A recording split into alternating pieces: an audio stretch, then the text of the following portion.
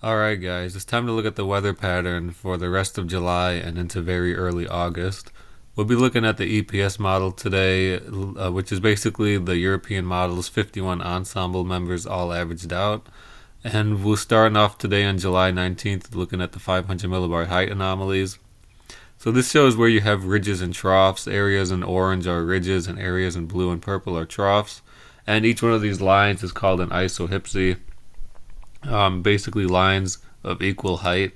And then the more reddish or the more dark blue and purple one of these ridges or troughs are, that shows it's more highly anomalous. So, for example, starting off with today on July 19th, this huge area of red across Western Canada is a very highly anomalous ridge, and this area of dark blue and purple over the Hudson Bay in Canada is a highly anomalous. And then so looking at the 500 millibar heights for today on July 19th, the center of the subtropical ridge over the west that's been causing all the heat for the past few weeks and still currently at the moment is actually centered over Arizona today, where we have a 597 isohypsy at the moment. Like I always say, anything over 591 can cause pretty extreme heat during the summer whenever you see a 591 or greater isohypsy around a subtropical ridge. And even though the center of the ridge is over Arizona, but the more highly anomalous region is occurring here across portions of Western Canada, over portions of Alberta and the Saskatchewan.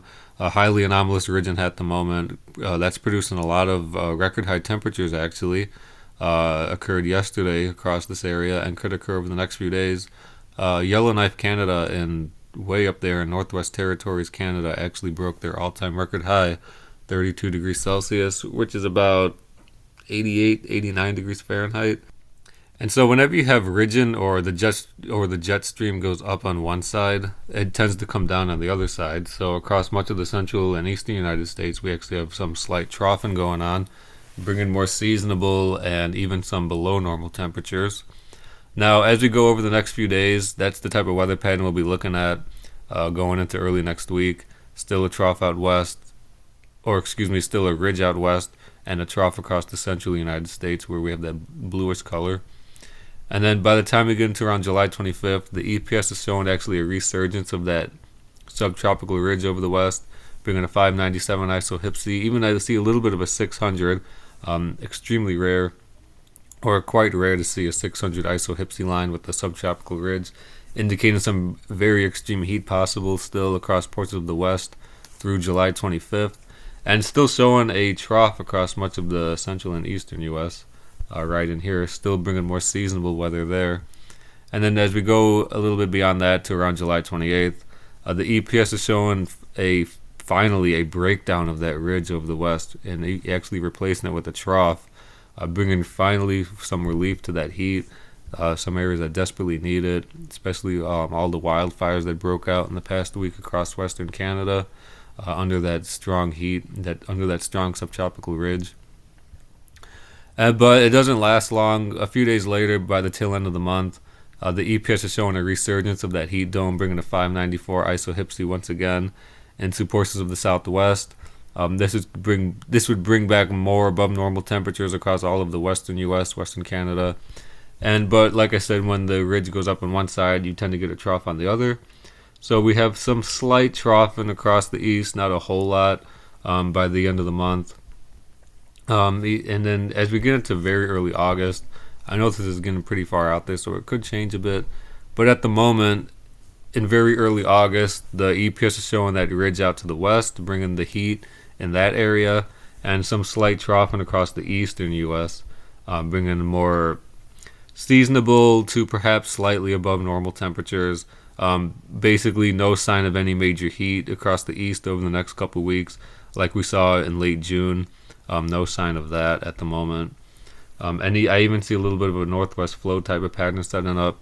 So if this does verify into early August, this would bring some thunderstorm clusters and severe thunderstorm chances potentially across the Midwest region and perhaps the western Great Lakes.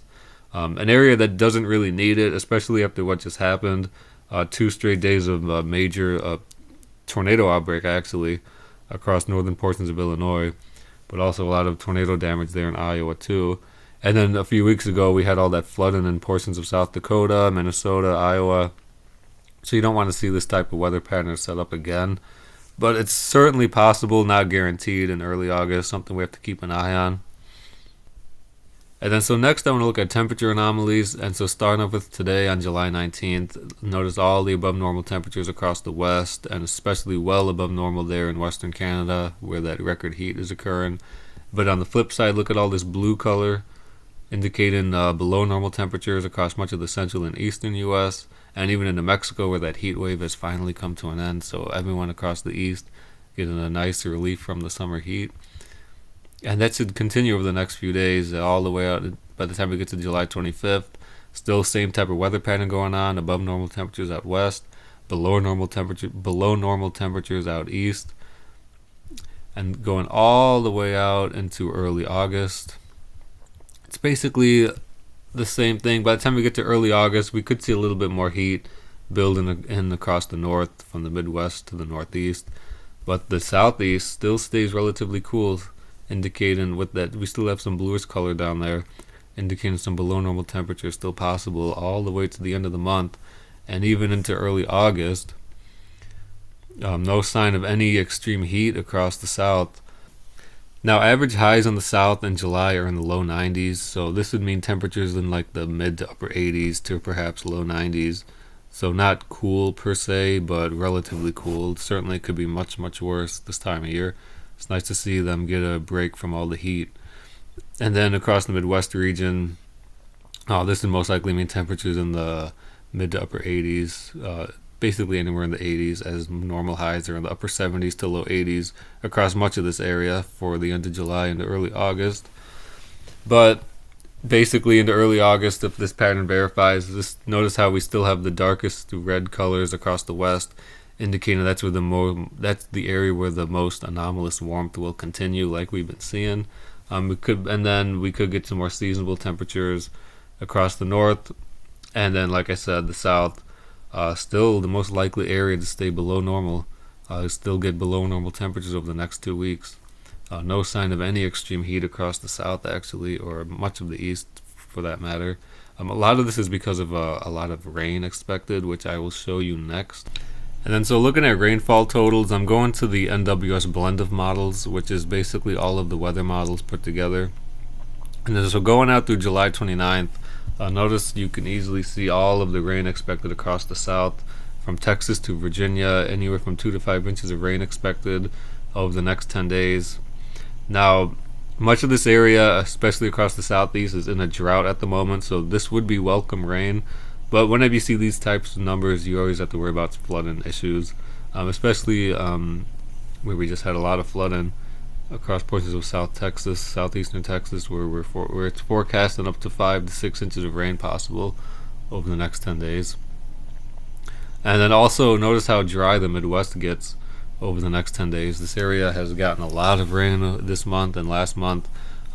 Could certainly use the drier weather. Also a break from the severe weather, hopefully, over the next 10 days, especially across portions of Illinois and Iowa. They got hammered pretty badly a few days ago from the severe thunderstorms and the derecho that moved through. But like I said, in early August, if we get the northwest flow pattern, it could bring some more higher chances of severe thunderstorms once again. That's something we'll have to keep an eye on. And then so to summarize everything I just said, the west is going to stay pretty hot over the next few weeks, above normal temperatures, kind of like we've been seeing for the past month now. The south and southeastern portions of the U.S. are going to stay pretty wet and cool, below average temperatures, above normal rainfall. And then the north, from the Midwest to the Northeast, is going to stay pretty seasonable, typical July weather. No crazy heat expected in this area, no heat waves in sight. Especially nothing like we saw in June with that pattern, no heat waves. And the north should stay pretty close to average, maybe a little bit below average in terms of rainfall over the next few weeks. And with that being said, that's all I have for today. Hope you have a good one, guys, and I'll see you next time.